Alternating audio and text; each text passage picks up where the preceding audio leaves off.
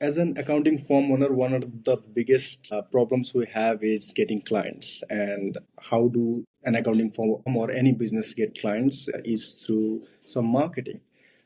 But we accountants are technical people. We know operations, we know balance sheets, financial statements, but we do not know marketing. We have heard about marketing as a thing that is being spread around, but what it actually is, we do not understand. And so our guest today she is an accountant, a CPA. She understands what goes in an accounting firm, but she is also helping accounting firms with their marketing. So she has transitioned from accounting to marketing, and so she is the perfect person to help us understand what marketing is. So let me welcome Karen Reyburn in our podcast. Karen, welcome to the Offshore Accountant podcast. Thank you. Thanks for having me. So let's start with who you are and maybe talk us through your journey as a CPA and also your transition to helping other accounting firms with their marketing. Yeah, so I qualified as an accountant in the States, and then I moved over to Scotland and ended up working with an accountancy firm on the mainland. I now live on an island off the west coast of Scotland. But my journey to helping accountants was because I studied accountancy. I worked in an accountancy firm. I worked for like a network of accounting firms, and I just kept seeing so many accountants who were given good advice about marketing, but they didn't have somebody to help take that advice and implement it in all the ways. So they would be told, you need a brand, you need a website, you need a podcast, you need whatever. Right. And they would, which there's issues with that anyway, because each accounting firm needs its own strategy. What works for one may not work for another. But say, for example, those are good things to do. You then have to go find a branding agency, then a website designer, then a podcast editor, strategist, etc. And all of these people are working independently. And you're the orchestra conductor going, I don't even know the song. Like, what? I'm just trying to help people do things. But so we become the agency that I run, PF, is a marketing agency exclusively for accountants. We work only with accountants. We understand how they think and what they need and what they're amazing at. This is the thing. Like you had said, accountants don't understand marketing. I think there are elements that accountants can understand better, but ultimately accountants do understand marketing. Right. But they diminish their own understanding and abilities by saying, oh, I don't understand marketing, or I'm not a marketer, or I'm not a creative person. Whereas actually the truth is everybody's a creative person, including accountants. And accountants are good marketers, especially when they're given some direction and some structure, which we know accountants love structure. Right. So our job at PF is to be the orchestral conductor of the marketing strategy, whether that's just helping you with your strategy and then you do that in-house or you have somebody else doing it, or whether we are also helping with things like creating the brand, building the website, helping create the assets and consistent content. So all of that has stemmed from, like, I love accountants. I appreciate accountants. There's so many good things about them. I want accountants to be able to reveal through their marketing how amazing they actually are. And I don't love that there's still this stereotype about accountants. And the more I work with accountants, the more the people who know me are like, wow, those accountants you work with are so cool. Right. Or I would, that does not look like an accountancy firm website. I'm like, good. Yes, that is what we want. So that's why I do what I do. And I continue to learn from accountants as I work with them.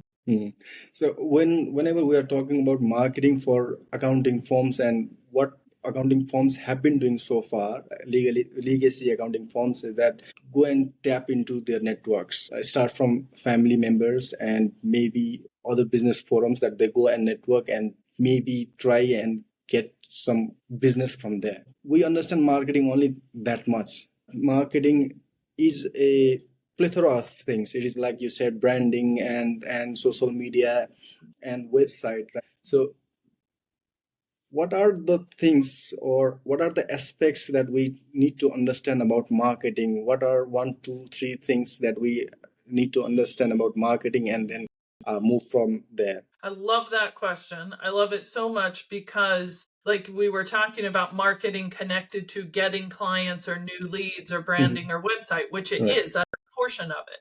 But ultimately, marketing is connected to every part of your Right. business. Right. Marketing is connected to operations, it's connected to your team, it's connected to your sales prospects, and it's connected to your clients and your client experience. Right. So if your current marketing is only focused on getting new clients, you are missing like a good 2/3 to 3/4 of the purpose of marketing. Right. Marketing's meant to help you get the right kind of team members, the ones who fit your firm.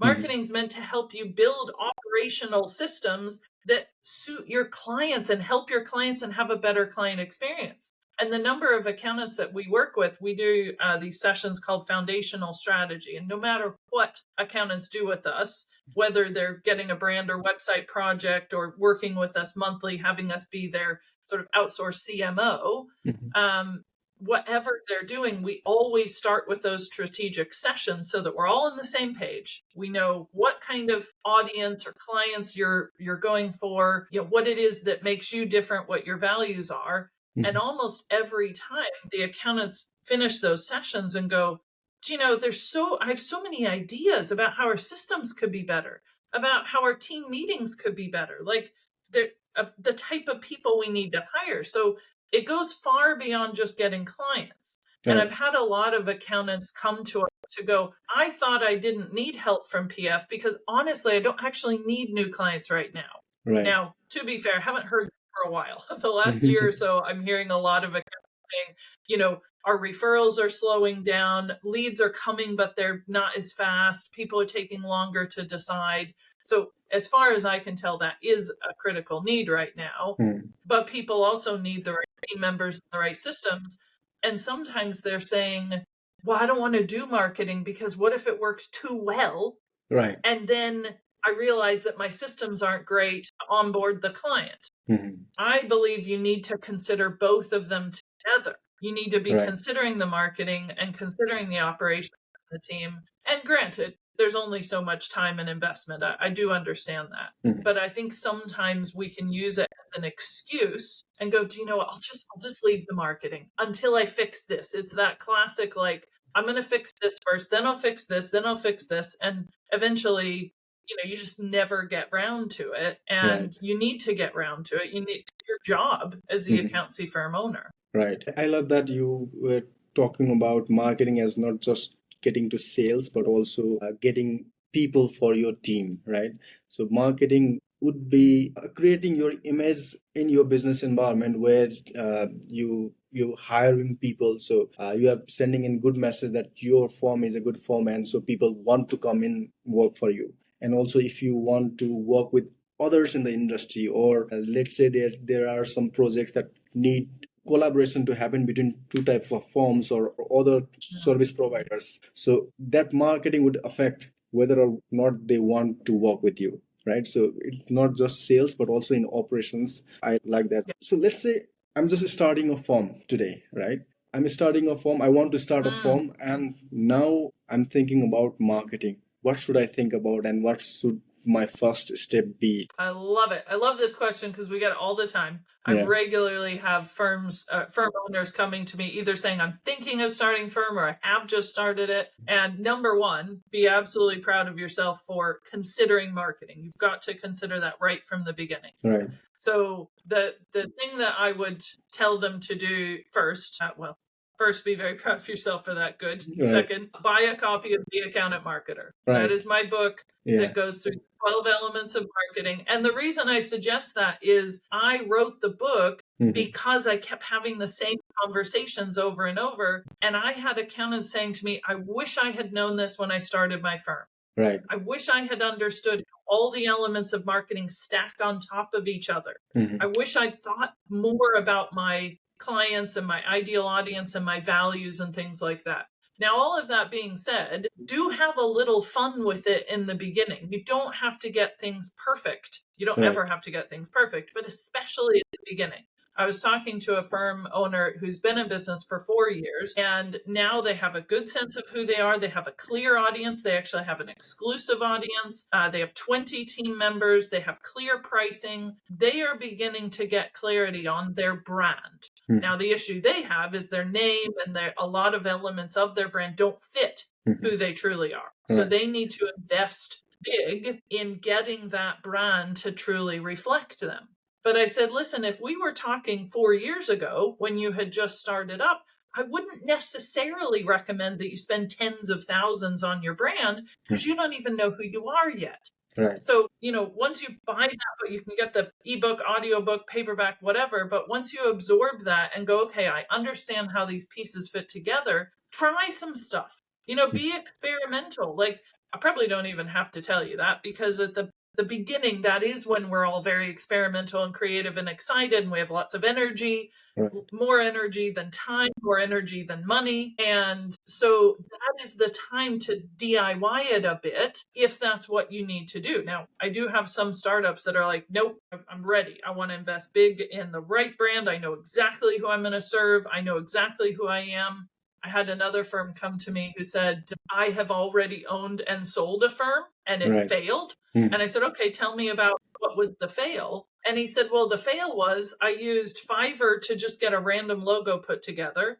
I used generic accounting firm template company to get the most bland, quick accounting firm website. And he said, none of the clients I was getting were the kind I wanted, which is not shocking information, because your brand defines who you bring in and what you charge and the value of what they perceive. So now he's ready to invest big on getting it right because he knows what he needs. So that's the main thing, is figure out your audience. And if that takes you a couple of years, fine. Don't stress yourself out saying, I have to pick a niche tomorrow. Just if you need to just work with whoever for a while, fine.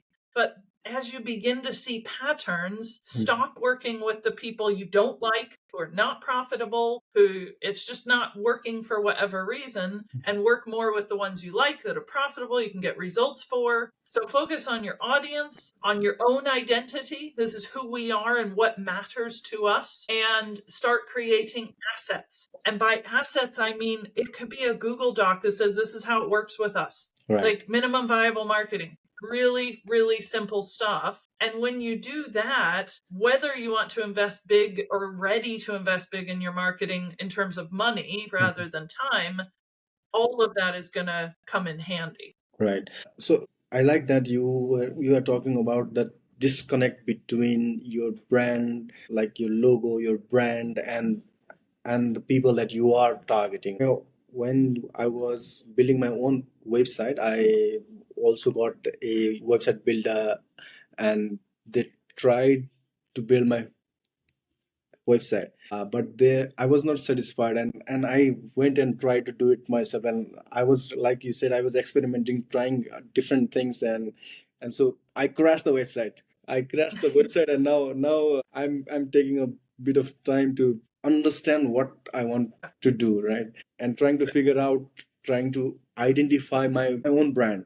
So I think experimenting is quite good. I want to ask you, what are some of the mistakes that people make when they are starting with marketing accountants? You talked about getting a lot of people do a lot of things. There is no sense of unity on your marketing. But what are other things that we might be doing wrong when we are approaching marketing? Yeah, it's a great question, because I'm a big believer in the concept of fails and learnings. Like, there's no shame in having fails. We all fail at things. Right. Sometimes it's your own responsibility. You could have known and you didn't. Sometimes it's not. Sometimes it's just life and things happen and you try it and go, well, that failed. Let's try it this way. But I do want to help accountants avoid the fails that they don't have to have. Right. So I would say the mistakes that I see, or even, the directions that I see accountants going, that I wouldn't recommend, given how many accountants I've worked with and the path that I see. Like, we have a marketing map graphic that we created at PF that says, listen, if you're going to do marketing, and like I said, step one is understand the principles of marketing for accountants. Read the book, join the accelerator coaching group, whatever, figure that out. And then the next stage is look at your goals, your brand, the client journey, and get a plan built and a strategy. And then there's this journey, and the journey is because I want to help accountants avoid the long way, the broken road, you go that route, and I guarantee you're going to get stuck in the mud, and you're going to have to go backwards, and it's going to be really tough. So I would say some of those things are launching off into a new thing without being clear about who it's for, what their issue is. And I mean, right down to the emotions of Right. the issue, not cash flow. But I'm worried I won't be able to hire the team I need to, or buy the premises, or I'm worried I'm going to lose my office, or something that they are literally worried and concerned about, and being so specific with that audience. So whatever you're offering them, you are able to say it in a way that they go, oh my word, that is me. That is me. It's like it's crafted for me. And the error there is if you don't do that part and you go, do you know what? Let's do Facebook ads. Let's start a TikTok video profile. Let's, whatever, fill in the blank. And sometimes this comes because another accountant had great success on TikTok. So you're like, oh, that must be good for accountants, all of them. Or I see this accountant really active on LinkedIn. Maybe I need to do LinkedIn. I say ads especially because I have so many accountants, even some of our clients come to us and are like, what if we just put our marketing budget into ads? And I'm like, listen, ads can be a really good thing to do when you have the right foundations. But ads, like anything else in marketing that's dependent on someone else's platform, LinkedIn, Instagram, TikTok, etc., means that you need to know how to play the game. So you need to do all your marketing prep. Who is this for? What is their issue? How do they feel? What are we offering? How is it going to help them? How much does it cost? Where did they start? You got to have all that in your head. Then you have to understand the platform. LinkedIn is not here to help you. LinkedIn is there for LinkedIn. But if you can play the game and figure out how to put it in a way that it helps LinkedIn and helps your client and helps you, great, do it.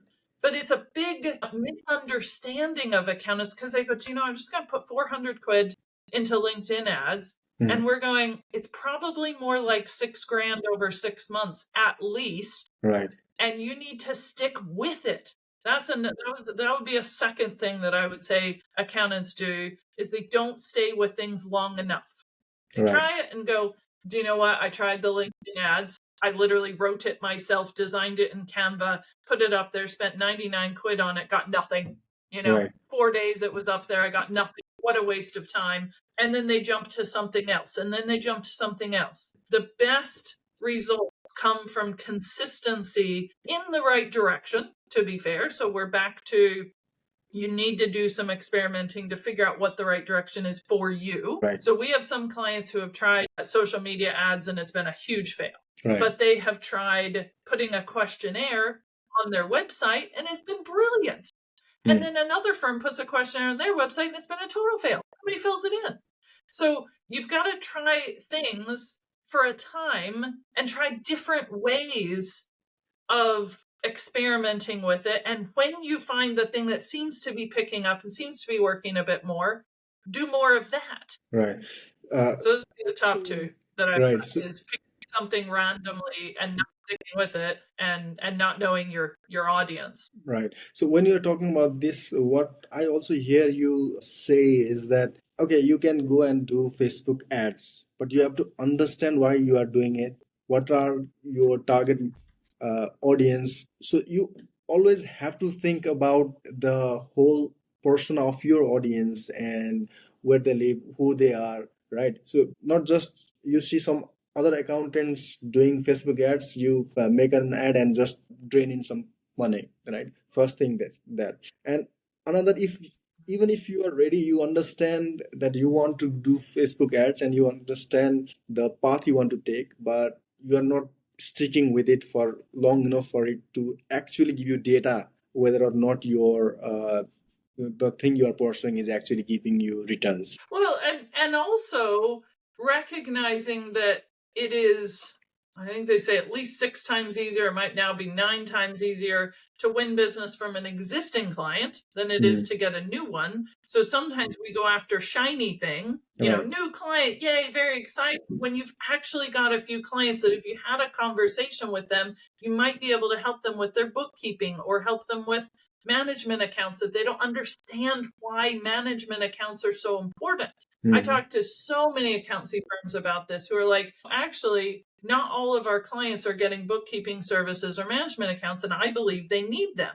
Right. So one of our clients took a very tiny step, like we're working with them in a whole marketing campaign and emails and all this stuff, but they are taking the very tiny step of sending a Loom video, a 2-minute Loom video to a couple of their identified clients to say, Right. I was looking at your accounts and I noticed this. If we were doing your bookkeeping, this would not have happened. I just want to highlight this. If you want to do it yourself, no problem. I'd love to offer you some training to make sure you're doing it right. That's a little sale. And it starts the conversation about actually, would it be better to have you do our bookkeeping? And maybe that would help solve some of these problems.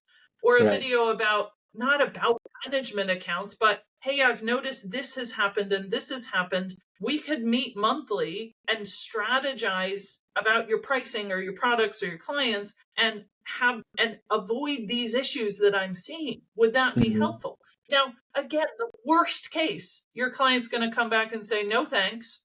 Right. And you're like, okay, well, we'll click on, let me know if you need help. But you've planted a seed. And sometimes it's so tempting to go after these shiny things and play with Facebook ads for 6 hours. When if you sent 6 hours worth of Loom videos to your clients, I guarantee you'd get a better response in terms of sales because it's personal. That's the trouble with marketing is there's an element that needs to be personal because this is relational, not transactional. You're not buying a pair of shoes. And even if you are buying a pair of shoes, that's a whole nother thing. But, you are relating to somebody as a human. And now more than ever, people want to know that their accountant understands them, actually cares about them as a human. So anything you can do to show that, supported, of course, by a good website and a good brand and social media and videos, but those things are just like the layer of constant content that reminds them that you exist. They're literally like sending a Loom video, sending a handwritten note in the post. It can actually have a really big impact. And it's like we think we're above that. We think, yes, we need to have a 20-page marketing strategy report and do research and run ads and use LinkedIn Sales Navigator. Maybe you need to do all of those things, but maybe you also need to just do some of the very clear, specific, almost easy things that can get you a specific result. Right. So you already have your clients and you already have trust and a relationship. So it's actually very easy for you to just go and talk about some things that you might be able to help them with, rather than going in and trying to get in front of 100 different people and trying to give your services, because an existing client already knows you, already trusts you, and they understand the level of expertise you have, the level of services that you can give.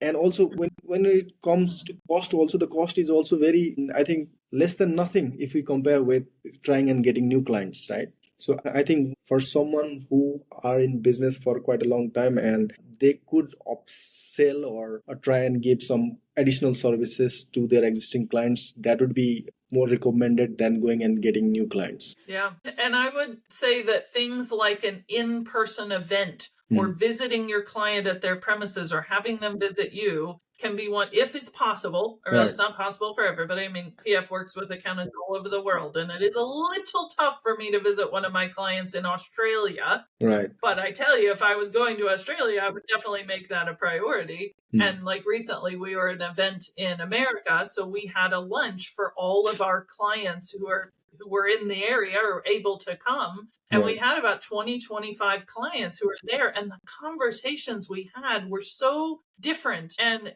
they felt very casual. You're talking about their family and their business and their life and their travels and whatever. But eventually something would come up that they would mention. And then you would have this conversation very naturally.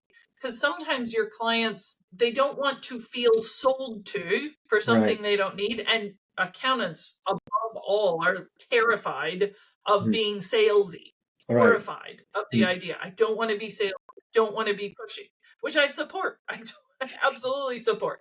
But there is a fine line between being pushy and actually just asking the question. Like, one of the things I suggest accountants do and have their team do is at the end of every single client meeting, and I mean every meeting, you take a second at the end to say, is there anything else, no matter how small, that you want to mention to us? And when you do that, you're giving them permission to avoid that, like, oh, it doesn't matter, it's too, I don't want to bother them. And they go, no, that I guarantee you, most of them will do it, like, will say this, oh no, there's nothing, well, there is this one thing. And they'll mention whatever the one thing is. Last month there was this issue with the payroll and I was a little frustrated, and I understand because one of your team was on holiday. And that's when you go, listen, that is not your responsibility, that's mine. So you don't need to apologize to me for something that we didn't quite get right. Can I understand what it was? Can I make sure and that could just be a client experience thing. But a lot of times they'll mention something that you go, do you know, that is a real challenge. We do actually have bookkeeping training that we could give your team member to avoid that in future. It's X amount for a couple hours. Do you want to sign up for that? Again, worst case, they go, no, not now, which means they're not seeing the value of it. So you either help them see it or just say, that's fine, we can talk about it later. And then at that point, you ask again, is there anything else you want to mention? And you just make sure that there's enough time for them to mention something, because people have stuff in their mind that they think isn't a big deal, or it's been mulling over, but it seems small. And that is, it's the tiniest little thing. And the accountants I know who use it regularly will end up saying, oh, yeah, actually, we could help you with that. And the client's going, oh my gosh, that would be amazing. And it just leads to these great conversations. And also, when we are talking about existing clients, there's also referrals that they can give, right? And from there is a relationship where it's easier for you to get newer clients rather than going out and getting someone quite unknown. You have your clients and they could refer you. So that is also a plus point about going in and tapping into your existing client base. Yeah, I'm actually running a masterclass on that literally today, but it's recorded, if anyone wants to catch that later. But the concept is that referrals and word of mouth are great. Absolutely get those. But one of the ways that you can get more referrals is by being crystal clear about the type of referrals that you want. So what I recommend is that you have do you know anyone who, type of person, type of business owner, whatever, has this issue, it doesn't have enough cash, is frustrated with their current accountant, whatever the issue is, that's the question. So if you work with, so for example, one of our clients works with creative businesses, owners of creative businesses, and they work with anyone from freelancers and startups to growing agencies. But a lot of the people they work with are freelancers who are now turning it into an agency. They're like, listen, I'm not going to be a freelancer anymore. I'm going to do this properly. So they could say, do you know any freelancer who's about to move into starting their own agency? Now, again, worst case, they go, no, not really. No, nothing rings a bell. And you go, okay, well, if you meet anyone, let them know, because that's who we work best with, for example. And then either nothing will happen, you're in the same place, or, and this is far more often, your client goes to a networking meeting 2 weeks later, meets a freelancer, says, do you know what? I'm going to start my own agency. I'm doing it. And they go, ding, like it just rings a little bell. So that's what you're doing. You're helping ring the little bell for them. Because if you say, do you know anyone else we could help? Useless. No, I mean, maybe not completely useless, but a lot less useful. And so these are quite, when we look at it, they are low-hanging fruits, right? But for accountants, asking that is also a challenge. I find when we talk about our own firm, it feels quite difficult to go and ask for referrals, but maybe you have to do it. So is there anything that we could do to minimize that friction, or we'll have to get it out of our head that we are being salesy, but these are low hanging fruits, and if we get it out of our head that there's no problem going and asking for referrals if you have done good work for them, and if you plan and do good work for whatever referrals they bring in. Yeah, it's a great question. I do sympathize because it can be really hard to ask directly, especially culturally. I find with a lot of the accountants in Britain that we work with, there's very much a culture about, oh, let's not bother people. I mean, I'm a dual British American citizen. I've been here 24 years, almost half my life in both countries. So I would probably lean more to the British side myself. Oh, I don't want to make a fuss, don't want to be a bother, don't be pushy or whatever. But there are little things that you can do to take steps towards it. And it needs to fit with your culture and your values. So you don't have to, in every single meeting from now on, say, do you know anybody like this? Can you give us a referral? Right. And if that doesn't feel comfortable, you got to start with some small steps. Start small and start safe. And what I would recommend that you do is pick only the clients that you love. By the way, do not do this with clients you don't love. But pick a client that you really love and you wish you had more of.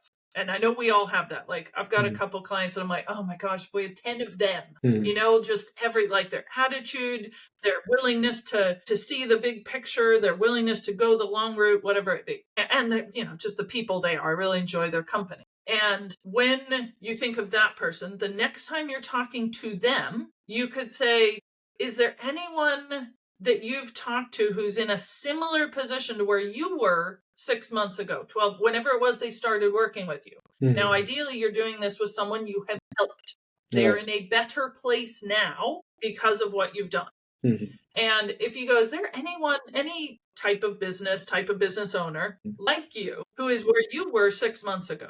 Because people love to help. That is a human quality that, regardless of culture, good people love to help others. And they love to help others avoid mistakes that they themselves have made. Right. So if you can say to a client who's clearly happy, is there anyone you know who's in the position you were 12 months ago that we might be able to help? Right. And if they go, again, no, I don't think of anyone, maybe this person, but I don't know, whatever. And you go, okay, just planting that seed if you think of them, because we love to help people. And we love that we have been able to help you. And if there's somebody like you that we could help avoid some of the mistakes and challenges that you had, wouldn't that be great? And they would agree. They would be like, yes, I want to prevent other people from going through that pain if they don't have to.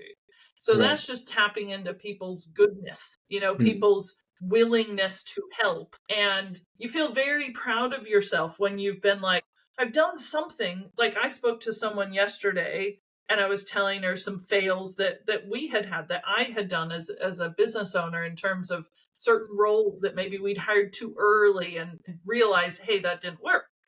And she said, gosh, that is so helpful, because I was dithering about it. And I was thinking, maybe do I hire this kind of person? And I said, well, listen, here's some things that I've learned. And she's like, wow, that's so helpful. I'm going to mull that over. Now, her situation is not mine. We have different companies. But I felt so good at being able to give a little advice that maybe just avoids a little bit of the pain and cost that I had to go through in that specific area, because she had a very similar issue.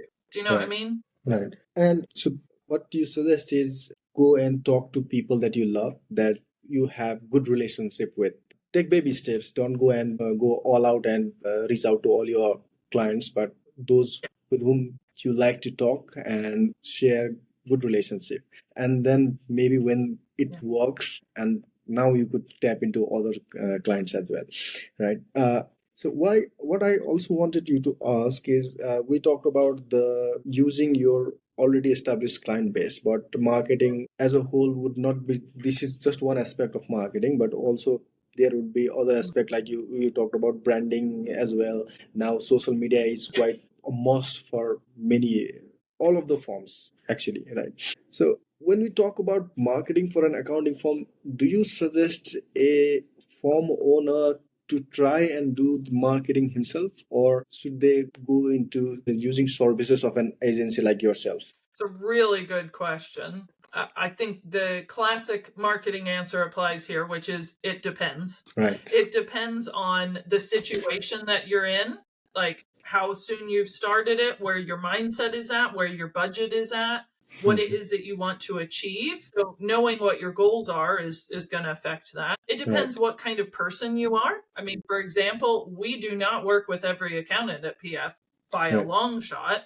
We work with ambitious accountants, the ones who serve with heart. We work with people who either are already clear on who they are and who they serve and all the aspects of their firm, but that's just not being revealed in their branding and marketing, or people who don't know that yet, but are willing to go the journey to figure that out. So if that is you, absolutely come and talk to us, because that's who we're best placed to serve.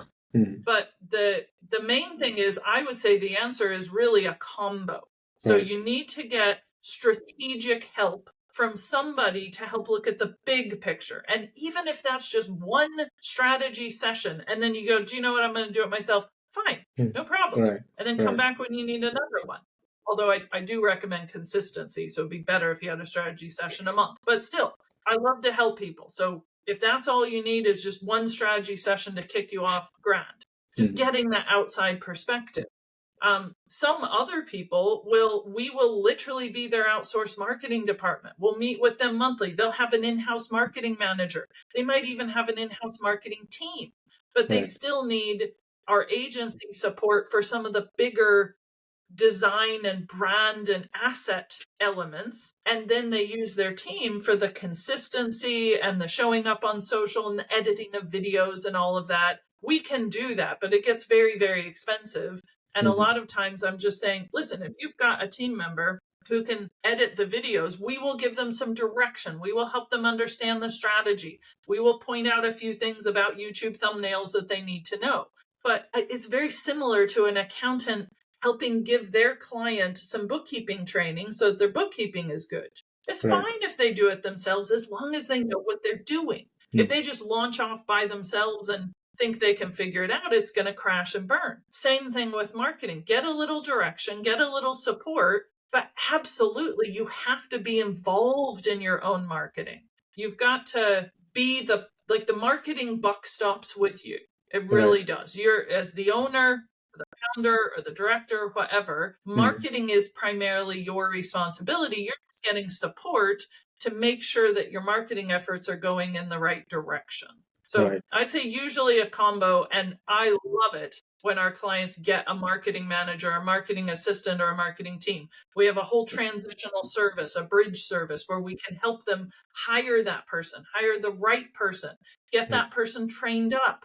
Because a huge mistake that accountants make is going, you know what, I'm just going to put all my money into hiring a marketing person, and then they expect that marketing person to be a branding expert, a strategic expert, an SEO expert, a website expert, all the things. Nobody is that. Nobody is going to do that. There's no problem in having support, but don't rely on everything on one person, and don't abdicate it. You need to delegate it and be involved yourself. Right. And is there a difference in approach that, let's say, a one-person firm or a small firm and a medium to large firm? Is there a difference in approach to marketing that they should think about? Yes, I would say there's a difference in marketing for all kinds of things: size of firm, attitude, approach, ambition, goals, type of audience, etc. I would say the one-person firm tends to have a little less time, sometimes a little less budget, and possibly might be more involved themselves personally. Whereas the bigger firm, who has more people, their challenges would be how to involve the whole team. Because marketing is not a solo exercise. I would say whatever size team, whether you have 2 people or 20 or 2,000, every single human at your accounting firm needs to be involved in a little way in marketing, whether that involvement is, here's a question I got from a client this week, which I've been asked before. Let's put it on the list. That could be their marketing involvement. But you want your marketing to reflect who you truly are as a firm. So therefore, it needs to be both. So I would say the challenge for the one person business would be prioritizing the time for marketing and not always letting that drop down and go, oh, I'll do it later. And the challenge for the bigger firm would be making sure that everybody at the firm understands how marketing affects their role. Yeah, so a company is like a person, and with body parts, we can liken to a department, right? So when everything comes together, you find a person, a personality, and then there's a whole person. Now you can talk about that person or communicate about that person. Marketing essentially is communicating who you are, right? Yeah, I think that's a fair analogy. What was the question? Yeah, so like you said, you said that everyone should have their own responsibility or have their thing to do in the whole marketing of the business of the firm. So I was trying to bring that analogy of a person as a business where everything comes in to place, and then you can see a figure of a person. Yeah, I think that's really fair because every body part supports the whole body. So my eyes support my body in one way and my arms in another way and my legs in another way. And if my arm is sore or my ankle is broken or my eyes aren't working, it affects the whole body and how you think and how you express yourself and how you live life. So it's the Right. same thing with marketing. If you're putting all of your marketing eggs into the head just, and the whole rest of the body is essentially doing nothing, Right. you're not going to move very far. You're going to be able to talk, you're going to be able to look around, but you don't have your arms and legs, so you're not going to be moving very far. And when everybody is connected to why we are doing this, and like, again, marketing being an expression of who you truly are. Right. That's where the biggest gaps come in. When you go, listen, I know what we do. You get me in front of a prospect and I can explain it. But you ought not to have to do all of that explaining. Your marketing ought to be doing that for you. It ought to be revealing you honestly and fully, as fully as possible to the prospects. By the time they come to you, it's just a conversation about what services they need, how much it costs. And for some people, there will be a lot of conversations about that. Some people will be very quick. And that's where you figure out what assets to create. Here's videos, here's a pricing page, here's a demo proposal, or whatever it be. But ultimately, you want them to get that feeling that they would get if they met you in person or walked into your offices or hung out with your team. You want them to get that feeling through your marketing. Right. Okay. I love that. So we've come to the end of the podcast, and before we end it, I wanted, as a conclusion of this episode, or rather, if someone owns an accounting firm and they want to increase their effort in the marketing, what is the one thing that they should do? I think I'll say what is the second thing. The first thing would be go and read your book, The Accounting Marketer, the link in the description. But what is the second thing that they should think about, if they just want to do one thing, because you cannot do everything at a time. Do this thing and Yes. maybe you can do another thing. So what is that next one thing that they should do you think? Gosh, that is such a good question. And it is hard to answer because your one thing is going to vary depending on who you are, what kind of firm you have, what area you're in, whatever.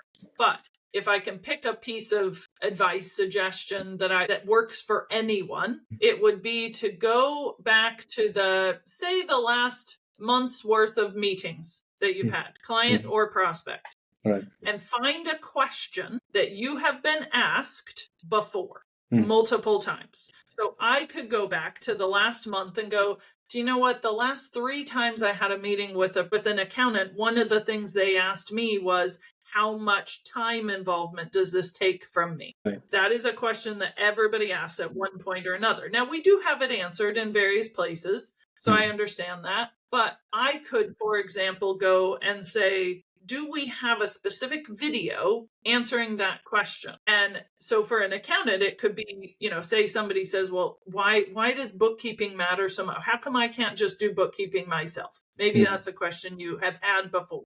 And maybe you feel a little frustrated with it. Like, why do they not understand?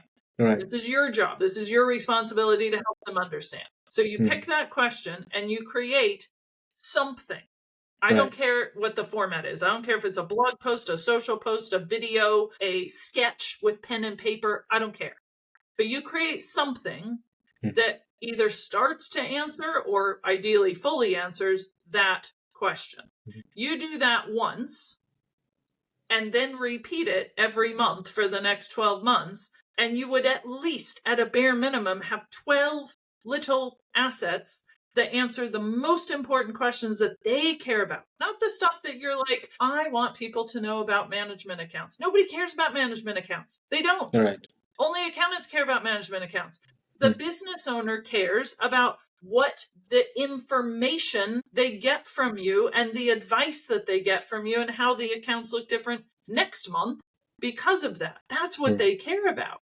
So yeah, that would be my suggestion, is to just pick that. And all of us have it, including me, and I've been doing this for years. Pick that question and minimum viable. I am talking Google Doc, rough draft blog post, Zoom video. I don't care. But get that done and then do it again and do it again for 12 months. That's the single best thing I could tell you to do. Right. And I love it. And when I end this podcast, I think I'm going to look at the questions that I've been asked and maybe write down. There are some questions that I'm asked quite a lot of times. And so I'm hoping to get some assets out of that. Right. Thank you very much. So before we go, Karen, if someone wants to, reach out to you, where do you hang out? Where can they reach you? Yeah, great question. If you want to connect with me personally, LinkedIn and Instagram are the two fastest ways. You can look up my name on LinkedIn and I'm there, and very similar at Karen L. Reyburn on Instagram. Send me a DM, send me a voice note. I love voice notes. I'm great with voice notes. I love